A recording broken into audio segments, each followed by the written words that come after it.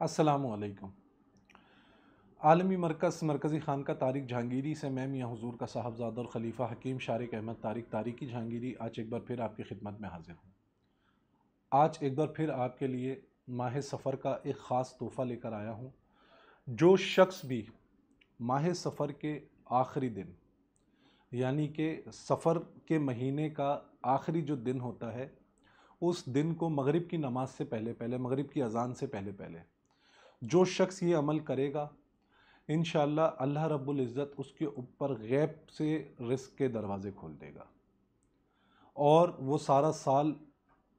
اللہ کی امان میں رہے گا، اور اس عمل کی برکت سے اللہ رب العزت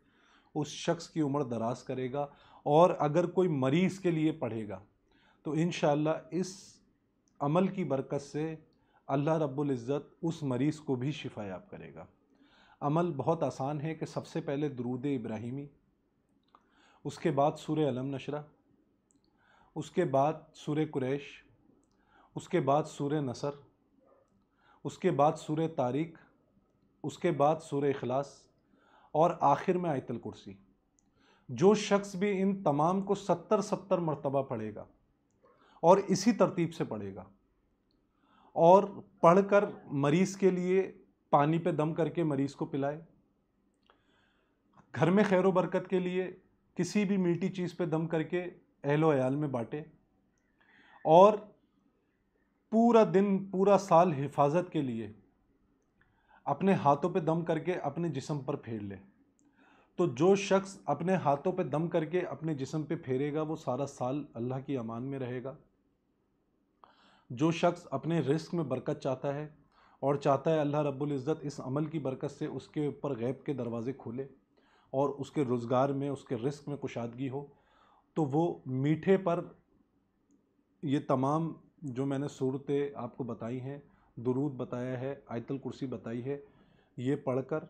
آپ نے اس میٹھی چیز پہ دم کرنا ہے، نیاز کا اہتمام کرنا ہے اور اپنے اہل و عیال کو جو ہے وہ اس کی دعوت کر دینی ہے یا ان میں بانٹ دینا ہے۔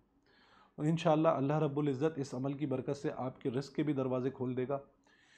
تیسرا، اگر شخص کوئی کسی مریض کے لیے پڑھتا ہے یا کوئی مریض اپنے لیے پڑھتا ہے تو وہ پانی پہ دم کر کے صرف 1 ہفتے اس پانی کا استعمال کرے اور اس کا استعمال صرف پینے میں کرے،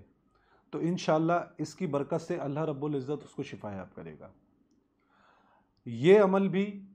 اس عمل کی بھی آپ تمام احباب کو اجازت عام ہے، اس کے لیے کسی قسم کا اہتمام کی ضرورت نہیں ہے، بس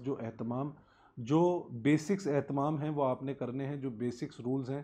کہ آپ نے مصلی لینا ہے، خوشبو والے کپڑے پہننے ہیں، پاک صاف ہونا ہے، اور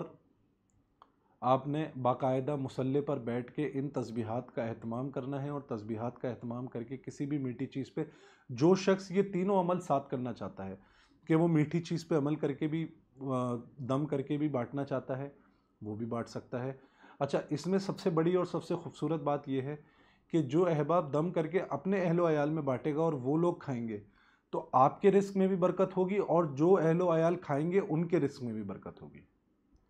اور جو شخص پانی پہ دم کر کے اپنے اہل و عیال کو پلائے گا اور خود بھی پیے گا تو وہ بھی پورا سال کسی بھی ایسے مرض میں مبتلا نہیں ہوگا جو لا علاج ہو۔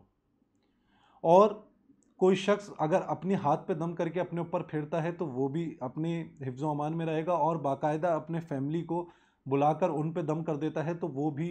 سارا سال جو ہے اللہ کی حفظ و امان میں رہیں گے۔ اپنی دعاؤں میں مجھے یاد رکھیں۔ جزاک اللہ خیرہ۔ السلام علیکم ورحمۃ اللہ۔